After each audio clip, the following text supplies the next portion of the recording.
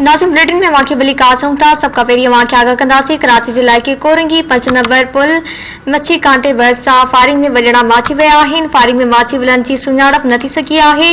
लाश जिना अस्पताल मुंतकिल कया विया आहिनि। एसएसपी कोरंगी मूजिब एक शख्स मोटरसाइकिल ठाहिराइण मिस्त्री वटि पहुतो त फायरिंग थी, जंहिंमें 2 ज़ख़्मी थी पिया, जिनखे अस्पताल मुंतकिल कयो वियो आहे।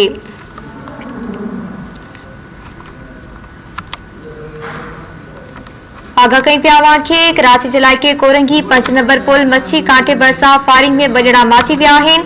फायरिंग में माची वियलनि जी सुञाणप न थी सघी आहे। लाश जिना अस्पताल मुंतकिल कया विया आहिनि। एसएसपी कोरंगी मूजिब एक शख्स मोटरसाइकिल ठाहिराइण मिस्त्री वटि पहुतो त फायरिंग थी, जंहिं 2 ज़ख़्मी थी पिया, जिनखे अस्पताल निपियो वियो त हुन रस्ते में दम ॾेई छॾियो। एसएसपी मूजिब माची वियलनि जी सुञाणप लाइ हद जी पुलिस रवाना थी वई आहे। शुरूआती तौर ते वाक़ियो ज़ाती दुश्मनी जो नतीजो लॻे पियो। आगाह कई पिया वाक़िए कराची जिले के कोरंगी 5 नंबर पुल मच्छी कांटे भरिसां फायरिंग में वॼणा माची विया आहिनि। फायरिंग में माची वियलनि जी सुञाणप न थी सघी आहे। लाश जिना अस्पताल मुंतकिल कया विया आहिनि। एसएसपी कोरंगी मूजिब एक शख्स मोटरसाइकिल ठाहिराइण मिस्त्री वटि पहुतो त फायरिंग थी, जंहिंमें 2 ज़ख़्मी थी पिया, जिनखे अस्पताल निपियो वियो त हुननि रस्ते में दम ॾेई छॾियो। एसएसपी मूजिब माची वियलनि जी सुञाणप लाइ हद जी पुलिस रवाना थी वई आहे। शुरूआती तौर वाक़ियो ज़ाती दुश्मनी जो नतीजो लॻे पियो। वधीक जांच कई पई वञे।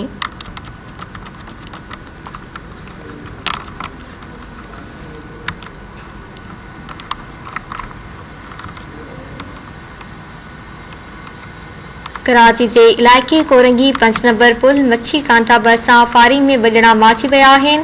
फायरिंग में माची वियलनि जी सुञाणप न थी सघी आहे। लाश जिना अस्पताल मुंतकिल कया विया आहिनि।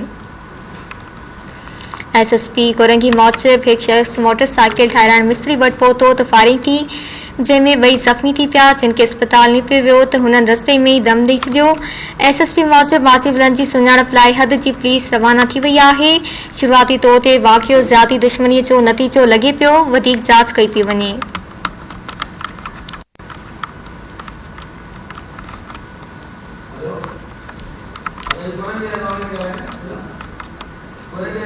एसएसपी कोरंगी मूजिब एक शख्स मोटरसाइकिल ठाहिराइण मिस्त्री वटि पहुतो त फायरिंग थी, जंहिंमें 2 ज़ख़्मी थी पिया, जिनखे अस्पताल निपियो वियो त हुननि रस्ते में दम ॾेई छॾियो। एसएसपी मूजिब माची वियलनि जी सुञाणप लाइ हद जी पुलिस रवाना थी वई आहे। तफ़सील मालूम कंदासीं ब्यूरो चीफ कराची अब्दुल्ला सोलंगी खां। जी अब्दुल्ला, अपडेट कजो। जी बिल्कुल मारवी कोरंगी में ही अफ़सोसनाक वाक़ियो पेश आयो आहे, जेको अणॼातल हथियारबंद पारां फायरिंग कई हुई, जंहिंमें वॼणा मारिजी विया आहिनि। शुरूआती जांच मूजिब मामलो ज़ाती दुश्मनी लॻी रहियो आहे। एसएसपी कोरंगी सां जेकी ॻाल्हि थी, एसएसपी कोरंगी शाहजहान ॿुधायो आहे त एक शख्स मोटरसाइकिल ठाहिराइण पंहिंजी मैकेनिक वटि पहुतो, जंहिं ते जेको फायरिंग थी आहे। शुरूआती जांच मूजिब फायरिंग में टारगेट थियल शख्स ऐं मोटरसाइकिल जे मिस्त्री खे गोली लॻियूं आहिनि। एसएसपी कोरंगी ॿुधायो आहे त 2 ज़ख़्मियुनि खे अस्पताल मोकिलियो वियो त रस्ते में पहुची आहिनि। मारिजी वियलनि जी सुञाणप लाइ हद जी पुलिस अस्पताल रवाना थी वई, पर हिन वक़्त ताईं सुञाणप न थी सघी। इहो पिणु वाज़ेह कंदो आहे त जेको उते दुकान ते मौजूदु मैकेनिक हुयो, उन गोली लॻण बाद दुकान जेको आहे खाली छॾे शिफा एम्बुलेंस उनखे ज़ख़्मियुनि खे अस्पताल मुंतक़िल कयो, जिते दमदनी हवाले कयो वियो आहे। महिरबानी अब्दुल्ला सोलंगी तफ़सीलनि जे लाइ। जी नाज़रीन, वाक़िआ आगाह पिया कराची जे इलाइक़े कोरंगी 5 नंबर पुल मच्छी कांटे भरिसां फायरिंग में वॼणा माची विया आहिनि।